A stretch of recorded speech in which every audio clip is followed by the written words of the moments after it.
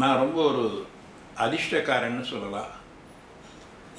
உலகத்தில் அடிக்கடி நான் நினைக்கிறது, ஔவையாரை போல மிகவும் சிறந்த ஒரு அறிவாளி, தமிழ் வந்து பெருமை சேர்த்தவங்க அப்படியெல்லாம் யாரையுமே இப்பொழுது பார்க்க முடியலையே. அதோடு இல்லாமல் மக்கள் எல்லாருமே சுயநலமிக்கவர்களாக இருக்கிறாங்க அப்படின்னு என்னுடைய வாழ்நாளில் ஏற்பட்ட அனுபவங்களோடு ஒப்பிட்டு பார்க்கிறது. ஆனால் சமீப காலத்தில் நான் ஹாங்காங் வந்த பொழுது, ஹாங்காங் வந்து இப்பொழுது சரியாக 45 ஆண்டுகள் ஆகுது. 1966ஆவது ஆண்டு அக்டோபர் 12ஆம் நாள் நான் இங்கே வந்தேன். இப்போ இன்றைக்கு அக்டோபர் 18, ஒரு வாரம் ஆகுது. 45 ஆண்டுகள் முடியும். இங்கே முதல் வரும்பொழுது எனக்கு 2 பழைய நண்பர்கள் பர்மாவிலிருந்து இங்கே வந்தவங்க இருந்தாங்க. அவங்க மட்டும்தான் இருக்கிறாங்க அப்படின்னு நினச்சி வந்தேன். ஆனால் இங்கே எங்கே திரும்பினாலும் இன்றைக்கு எனக்கு நண்பர்கள், உறவினர்கள், அதாவது எந்த குறையும் இல்லாமல் என்னை கௌரவிக்கிறவர்களாக இருக்கிறாங்க.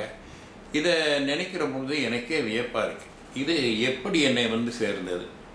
1966ஆம் ஆண்டு நான் இங்கே வந்து ஹாங்காங்கில் இறங்குற பொழுது நடந்துச்சு. அங்கே இறங்கின உடனே என்னுடைய பாஸ்போர்ட்டில் பெர்மிட்டட் டு லேண்ட். அந்த நேரத்தில் எல்லாம் காமன்வெல்த் நாடுகளை சேர்ந்தவர்கள் யார் இங்கே வந்தாலும் அவர்களுக்கு அவர்களை பற்றி என்ன ஏதுங்கிற கேள்வியே கேட்கறதில்லை. இறங்கின உடனே பாஸ்போர்ட்டை பார்த்துட்டு இங்கே நிரந்தரமாக இருக்கலாம் அப்படின்னு அனுமதி கொடுத்துருவாங்க. அப்பொழுது இமிக்ரேஷனில் மற்ற காமன்வெல்த்தில் அங்கத்தினராக இல்லாத நாடுகளை சேர்ந்தவர்கள் வந்தால் மாத்திரம் இங்கே இமிக்ரேஷனில் ஒரு குறிப்பிட்ட நாட்களுக்கு, அப்பவும் கூட குறைந்தது ஒரு 3 மாதத்துக்கு விசா கொடுத்துருவாங்க. அப்படி நான் இங்கே வந்து சேர்ந்ததும், இங்கே நான் வந்தது என்ன அப்படின்னு கேட்டால், ஏதாவது என்னுடைய வாழ்க்கைக்கு எதிர்காலத்தை பற்றி வேலை வாய்ப்பு இருக்குமா, தொழில் செய்யலாமா என்ன அப்படிங்கிற ஒரு நம்பிக்கையில் எதிர்பார்ப்பில் வந்தேன். ஏன்னா பர்மாவில் பிறந்து வளர்ந்து நாங்கள் 3 தலைமுறை இங்கே வாழ்ந்தோம். திடீரென்று ஒரு நாள் இந்த பர்மிய அரசியல் இது எங்களை எல்லாம் நாடற்றவர்களாக, தொழிலற்றவர்களாக, பொருளாதாரத்தில் மிகவும் சிரமப்படக்கூடியவர்களாக, ஒன்றுமே இல்லாதவர்களாக ஆக்கி நடு ரோட்டில் விட்டுருச்சு. அதனால் 2-3 ஆண்டுகள் அங்கே நாங்கள் சிரமப்பட்டு பார்த்தேன். ஆனால் என்னுடைய குழந்தைகளுடைய எதிர்காலம், கல்வி இதெல்லாமே கேள்விக்குறியாக இருக்குது. அதெல்லாமே என்னுடனே பிறந்தவர்கள் பர்மாவில் இருக்கிறவர்களுக்கும் ஏதாவது உதவி செய்யணும். அப்போ நாம் போவோம் அப்படின்னு நான் இங்கே வந்தேன். அப்போ இங்கே என்னுடைய ஒன்றுவிட்ட சகோதரர் டாக்டர் ஹுசைன் அலியும் அவருடைய மனைவி டாக்டர் மும்தாஸ் அலியும் இங்கே இருந்தாங்க. இன்னொருவர் யஹ்யா ஆஜியார்னு அவரும் பர்மாவில் பெருந்தொழில் செய்து இருந்தவர். பெரிய இழப்பு இந்த அரசாங்கத்தினுடைய பாலிசினால், அதை விட்டுட்டு வந்தவர் இருந்தார்.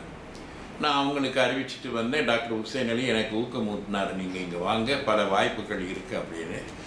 நான் வந்து அவருடைய வீட்டில் தங்கியிருந்து ஆரம்பித்தேன். அப்போது இந்தியர்கள் எவ்வளவு இருந்தார்கள்? தமிழர்கள் அப்படிங்கிறத விட்டு இந்தியர்கள்ங்கிற முறையில் பார்க்கணும். இந்தியர்கள்னு இப்போ நான் சொல்கிறது இந்திய உபகண்டத்தை சேர்ந்த அனைவரையுமே கூட சொல்லலாம். இடையில நாடுகள் பிரிஞ்சு உருவாகுச்சு. அப்போது இந்தியர்கள்ங்கிற முறையில் இந்த சிந்தி, அப்புறம் பஞ்சாபி இவர்கள் அதிகமாக இருந்தாங்க. நாம் தமிழ் பேசக்கூடியவர்கள் குறைவாக இருந்தோம். தமிழ் பேசக்கூடியவர்களில் நான் வர்றதுக்கு முன்னாடியே இங்கே வந்தவர்களாக நான் விசாரித்தேன். ஏன்னா இப்படி அடிக்கடி என்னிடத்துல கேட்குறாங்களே அப்படின்னு. அப்போது தஞ்சை மாவட்டம் கூத்தாநல்லூரை சேர்ந்தவங்க, வியட்நாமில் தொழில் புரிஞ்சுக்கிட்டு இருந்தவங்க, வியட்நாமிலிருந்து இங்கே வந்து தொழில் ஆரம்பிக்க வேணும்னு வந்தவங்க,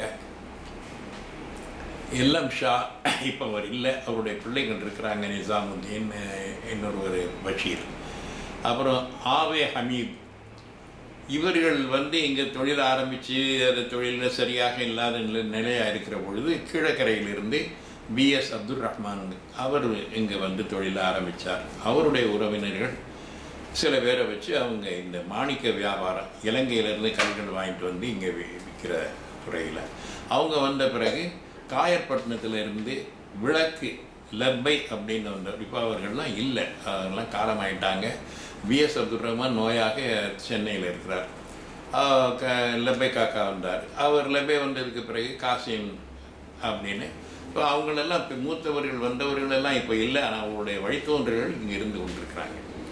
இது எல்லாமே இந்தியன் ஓவர்சீஸ் பேங்க்கு, யுனைடெட் கமர்ஷியல் பேங்க்கு, இந்தியன் பேங்க், இந்த 3 பேங்க்குகளை இந்தியா பேங்க் இருந்தன. அதில் இந்தியன் ஓவர்சீஸ் பேங்கில் ஓரளவு தமிழர்கள் நிறைய இருப்பாங்க.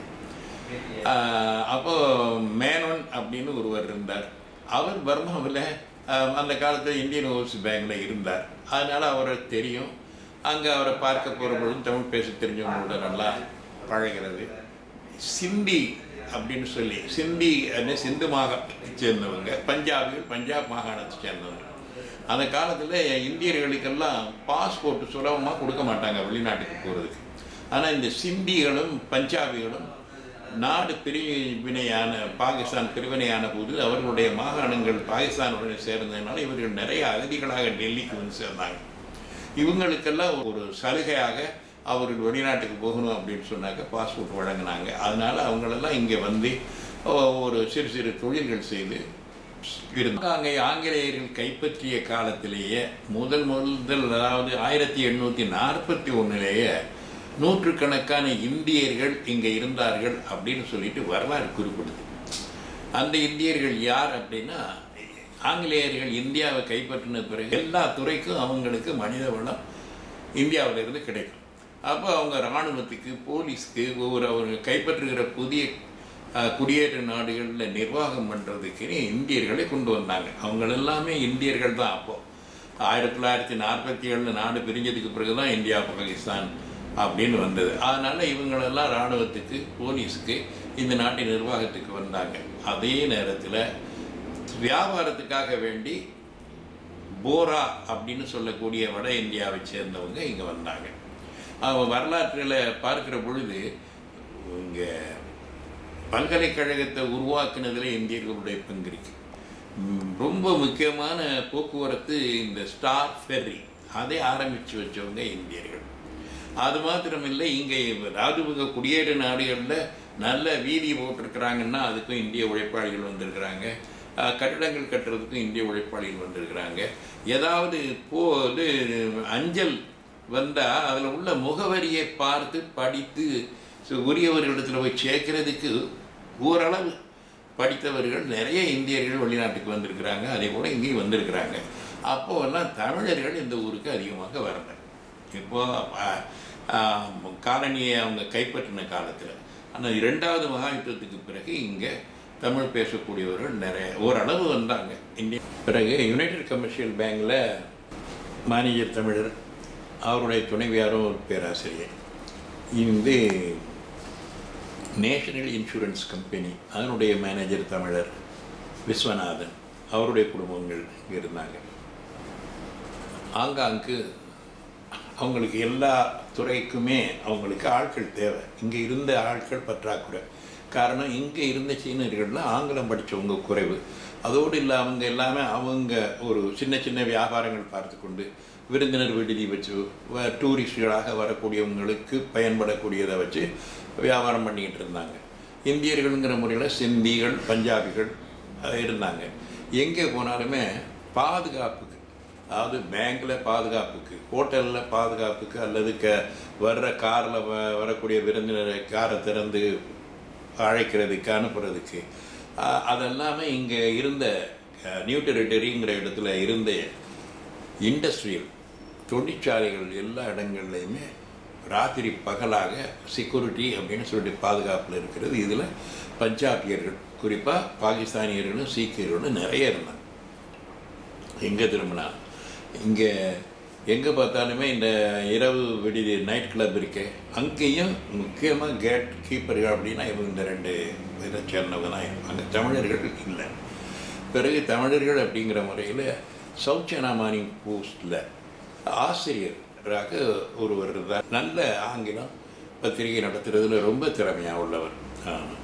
சரி, இப்படி இருக்கிற பொழுது நான் 1966 அக்டோபரில் வந்தேன். ஒரு மாதம் இருக்கிற பொழுது திடீரென்று என்னுடைய தம்பி டாக்டர் ஹுசைன் அலி, அவருடைய மனைவி டாக்டர் மும்தாஸ் அலி, அவங்களுக்கு ஒரு கடிதம் வருது. அந்த காலத்தில் இப்போ இருக்கிற அளவுக்கு நம்ம டெலிஃபோன் எல்லாம் கூட இல்லை, விரைவாக கிடைக்காது. டெலிஃபோன் இங்கேருந்து வெளியூருக்கு பேசுகிறாருந்தா நம்ம புக் பண்ணணும். நிறைய பேர் இந்தியாவுக்கும் அந்தந்த வெளிநாடுகளுக்கும் போகிறதுக்கு இங்கே இது புக் பண்ணுவாங்க.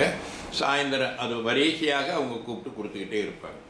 அதனால் அங்கேருந்து எங்கள் வெளிநாட்டுகள்லேருந்து பெரும்பாலும் கடிதம் தந்தி வரும். ஒரு கடிதம் வருது. யார்? டாக்டர் சாரதா மேனன் அப்படின்னு சொல்லி இப்போ இருக்கிறாங்க, ரிட்டையர் ஆகி. அவங்க வந்து ஒரு பெரிய டாக்டர். கீழ்ப்பாக்கத்தில் இருக்க இந்த மனநிலை பாதிக்கப்பட்ட மருத்துவம் அந்த இதில் அவங்க பெரியவங்களாக இருக்கிறாங்க. அவங்கள உலகம் முழுவதும் இருக்கக்கூடிய இந்த மருத்துவமனைகளை போய் பார்த்து அங்கே இருக்கிற சிகிச்சை முறை மற்ற எல்லாத்தையும் பார்த்துட்டு வந்து தமிழ்நாட்டில் இருக்கக்கூடிய பிரபலப்படுத்தணும், முக்கியத்துவமாக என்னென்ன சிகிச்சை முறைகளில் மாறுதல் பண்ணணுமோ அதெல்லாம் பண்ண வேணும் அப்படின்னு அவங்கள அனுப்புகிறாங்க. அனுப்புகிற பொழுது அந்த காலத்தில் போதிய பணம் கொடுக்கல. அவங்களுக்கெல்லாம் ஒரு அளவு பட்ஜெட் போட்டு தான் கொடுப்பாங்க. அப்போ எக்ஸ்சேஞ்ச் கண்ட்ரோல். ஆமாம், அவங்க அங்கங்கே போகிற இடங்களில் தங்களுக்கு தெரிஞ்சவங்களுடைய இடம் இருந்ததுன்னு சொன்னால் அதை எனக்கு ஹோட்டல்னால் அப்போ விலை அதிகம். அப்போ இப்போவுமே ஹோட்டல் வந்து எப்பொழுதும் அதிகம். ஹோட்டலில் போய் தங்குறது அப்படின்னு சொன்னால் அதுக்குன்னு பட்ஜெட் போட்டு பணம் கொண்டு வரணும். அப்போ அவங்களுடைய மாணவி டாக்டர் மும்தாஸ் அலி. டாக்டர் மும்தாஸ் அலி ஆங்காங்கு கடிதம் ஒன்று போட்டாங்க. கடிதம் கிடச்சிருச்சு. கிடைச்ச உடனே அப்போ இவங்களை அழைச்சிட்டு போய் அவங்கள சுற்றி காட்டணும் அப்படின்னு சொன்னதும் சரி அப்படின்ட்டு கார் எடுத்துக்கிட்டு காஸ்டல் பீக் ரோட்டில் இருக்குது அந்த மருத்துவமனைக்கு அழைச்சிட்டு போகிறோம். இப்போ இவங்க வந்துட்டாங்களே, இவங்களை பற்றி சில தமிழ் தெரிஞ்சவங்க யார் இடத்துலையாவது அறிமுகப்படுத்த வேணுமே அப்படிங்கிறதா யோசிக்கிற பொழுது ரொம்ப குறைவு. அப்போ அவங்க மேனோன், இங்கே ஒரு மேனோன் இந்தியன் யூனிவர்சிட்டி பேங்கில் இருந்தார். அவர் இடத்துல போய் சொன்னோம், என்ன மிஸ்டர் மேனோன், சாரதா மேனோன்னு ஒருத்தர் வர்றாங்க, நான் ஒரு விருந்து தர்றேன் அப்படின்னாரு. அப்படியெல்லாம் போட்டு இந்த ஊரில் அது மாதிரி இங்கே வந்த அத்தனை அரசியல்வாதிகளும் அவங்க சட்டமன்ற உறுப்பினராக இருப்பாங்க, அல்ல பாராளுமன்ற உறுப்பினராக இருப்பாங்க, அமைச்சர்களாக இருப்பாங்க, அல்ல அமைச்சர்களுக்கு வேண்டியவர்கள், அமைச்சரை போல உள்ளவர்கள், இப்படியெல்லாம் நிறைய பேர் இங்கே வந்து போனவங்க. அவ்வளோ பேரையுமே வரவேற்றிருக்கிறோம். அவ்வளோ பேருக்கும் ஒரு சிறப்பு செய்திருக்கிறோம். இந்த நிலையில் இங்கே தமிழர்கள் குறைவாக இருக்கிறதால நமக்கு எங்கேயுமே பொழுதுபோக்குக்கு போக முடியாத நிலை. அப்போ பிஎஸ் அப்துல் ரஹ்மான் வந்து அவருக்கு சிங்கப்பூரில் இந்த சினிமா விநியோகம் இது இருந்தது. ஃபாரஸ்ட் ஃபில்ம் டிஸ்ட்ரிபியூஷன் வச்சு தமிழ்நாட்டில் வரக்கூடிய நல்ல பிரபலமான படங்களெல்லாம் எடுத்துகிட்டு வந்து மலேசியா சிங்கப்பூரில் காட்டுவாங்க. அப்போ இவங்க இந்த சிங்கப்பூரில் கொண்டு வர்றாங்கல்ல இந்த படங்களுக்கு உலகளாவ இதை உரிமையை வாங்கிடுவாங்க. உரிமை வாங்கிட்டு அவங்க எங்கே பண்ணாலும் இங்கேருந்து அனுப்பலாம். இதையெல்லாம் காரணமாக வச்சு ஒரு சினிமா விநியோக இது ஃபாரஸ்ட் ஃபில்ம் டிஸ்ட்ரிபியூஷன் நடத்திட்டு இருந்தாங்க. இப்போ அங்கே வரக்கூடிய படங்களை இங்கே கொண்டு வந்து இந்த குடும்பமாக ஒரு 5-10 குடும்பம் இங்கே இருந்தது. செல்வராஜ் அப்படின்னு அவரும் பர்மாவில் பிறந்து வளர்ந்தவர். அவர் இங்கே என்ன போலவே கொஞ்ச நாளைக்கு முன்னால், நான் வர்றதுக்கு முன்னால் இங்கே வந்து சில இடங்களில் இந்த ஹாங்காங்கில் செய்யக்கூடிய கடிகாரங்கள் இதுகள் கம்பெனிகளில் வேலை பார்த்து அனுபவம் அடைஞ்சு அவரே ஒரு அந்த துறையில் ஒரு இண்டஸ்ட்ரி ஆரம்பித்து ஒரு நல்ல நிலையில் இருந்தார். அப்போ எல்லாருமே போய் படம் பார்க்கணும் அப்படின்னு சொன்னால் இங்கே தமிழ் படம் கொண்டு வர்றதுக்கு வாய்ப்பில்லை. வந்தாலும் அதுக்கு அனுமதி வாங்க வேணும், சென்சார். ஆமாம். அப்போ இதையெல்லாம் ஒரு தவிர்க்கிறாருந்தா என்ன செய்யலாம்? அப்போ ஒரு சங்கம் இருந்ததுன்னா சங்கத்துக்கு வரவழைச்சு இந்த சங்கத்தினுடைய அங்கத்தினர்கள் மாத்திரம் பார்க்கறதுக்காக எங்களுக்கு ஒரு வசதி வேணும் அப்படின்னு விண்ணப்பிச்சா அந்த சென்சார்ஸ் இல்லாமல் நம்ம மாத்திரம் சின்ன தியேட்டரில் போட்டு பார்த்துக்க அனுமதிக்கிறாங்க. அப்போ இதை மனதில் வச்சு அவர் ஒரு அசோசியேஷனை உருவாக்கினார். அதுதான் இப்போ தமிழ் பண்பாட்டு கழகமாக இருக்கிறது. அந்த அசோசியேஷன் உருவாகிறதுக்கும் நம்மவர்கள் அங்கங்கே வேலை வாய்ப்புக்காக இங்கே வந்து சேர்றதுக்கும் சரியாக இருந்தது. இந்தியன் ஓவர்சீஸ் பேங்கில் ஓரளவு அதிகமான தமிழர்கள் வந்தாங்க. அதே போல் யுனைடெட் கமர்ஷியல் பேங்கில், இந்தியன் பேங்க்கில் வந்தாங்க. இந்தியன் சேம்பரும் இங்கே ரொம்ப நாட்களாக இருக்குது. இந்தியன் சேம்பருக்கு ஒரு நல்ல மதிப்பும் இருக்குது. அப்போ இந்தியன் சேம்பரில் வேலை பார்க்குறதுக்கும் வந்தாங்க. அப்போ இந்த மாதிரி ஒரு வாய்ப்பு இருக்குது இந்த ஊரில். மற்ற நாடுகள் போல் குடியேற்ற கட்டுப்பாடு இங்கே கிடையாது. இந்திய பாஸ்போர்ட் உடையவங்க இங்கே வந்தாக்கா உடனே இங்கே தங்க அனுமதிச்சிடுறாங்க. அதுக்கு பிறகு இங்கே வேலை வாய்ப்பு தேடிக்கொள்ளலாம் அப்படிங்கிறது தெரிஞ்சு ஓரளவு மக்கள் வர ஆரம்பித்தாங்க.